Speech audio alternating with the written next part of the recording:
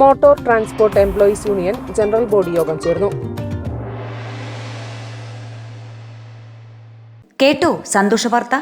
സമാന്തര വിദ്യാഭ്യാസ രംഗത്ത് പേരും പെരുമയും നേടിയ പയ്യന്നൂർ വിദ്യാമന്ദിർ കോളേജ് ഇനി കണ്ണൂർ സർവകലാശാലയുടെ കീഴിലുള്ള സ്വന്തം arts and science college.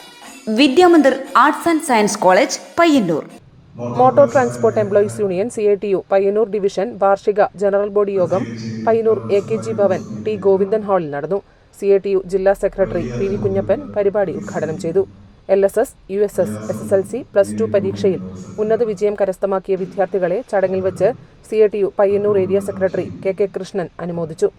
A Suresh അധ്യക്ഷത വഹിച്ചു. VV പുരുഷോത്തമൻ സംഘടന റിപ്പോർട്ട് അവതരിപ്പിച്ചു. U നാരായണൻ ചടങ്ങിൽ സംബന്ധിച്ചു. പുതിയ ഭാരവാഹികളായി A സുരേഷിനെ പ്രസിഡന്റായും U നാരായണനെ സെക്രട്ടറിയായും യോഗം തിരഞ്ഞെടുത്തു. News bureau, Payyanur. കണ്ണൂർ സർവകലാശാലയുടെ കീഴിൽ പുതിയ ആർട്സ് ആൻഡ് സയൻസ് കോളേജ് പയ്യന്നൂരിലും. കേട്ടോ സന്തോഷവാർത്ത.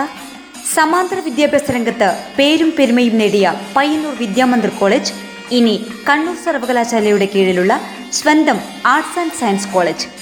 കോറോം പ്രദേശത്ത് നിർമ്മാണത്തിലിരിക്കുന്ന വിശാലമായ ക്യാമ്പസ് ഉടൻ പൂർത്തിയാകുന്നതുവരെ പെരുമ്പയിലെ വിദ്യാമന്ദിർ കോളേജ് കെട്ടിടത്തിൽ ഈ അധ്യയന വർഷം തന്നെ ക്ലാസുകൾ ആരംഭിക്കുന്നു.